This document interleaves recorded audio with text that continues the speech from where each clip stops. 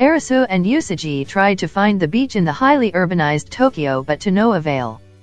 Arisu, being the gentleman, initially refused to share the tent with Usagi until he was surrounded by insects. Eventually, he had no choice but to join Usagi in the tent, since sleep deprivation will be a big danger to them during the games. Usagi taught Arisu how to hunt, which Arisu learned quickly since he can relate it to the principles of an online game that he likes.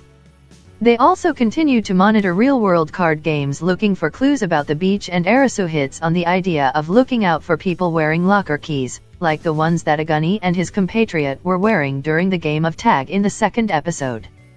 They both followed cars with people with the locker keys and gave chase, somehow keeping pace with their cars on foot and following them to a destination that looks very much like a seaside resort, and they were knocked out and taken prisoners. They were taken to a seaside resort named The Beach, and its leader is named Hatter, as he previously sold hats in real life.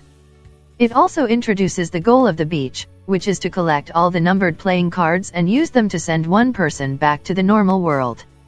While Hatter knew that this was a lie to unite everyone, he was not far from the truth, as the Joker at the end of Season 2 gave all remaining players who beat the face cards in the games a choice to go back to real life.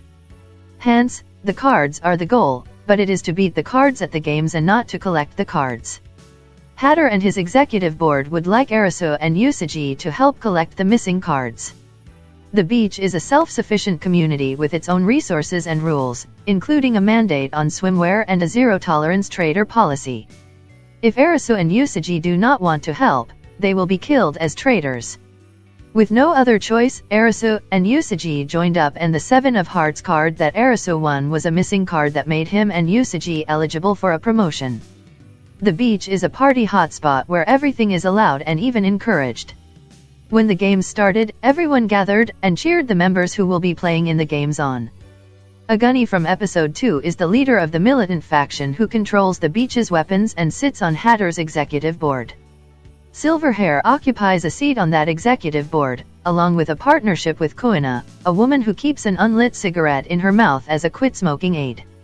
We were shown montages of various games taking place and how the members from the beach cooperate to work together to win the games.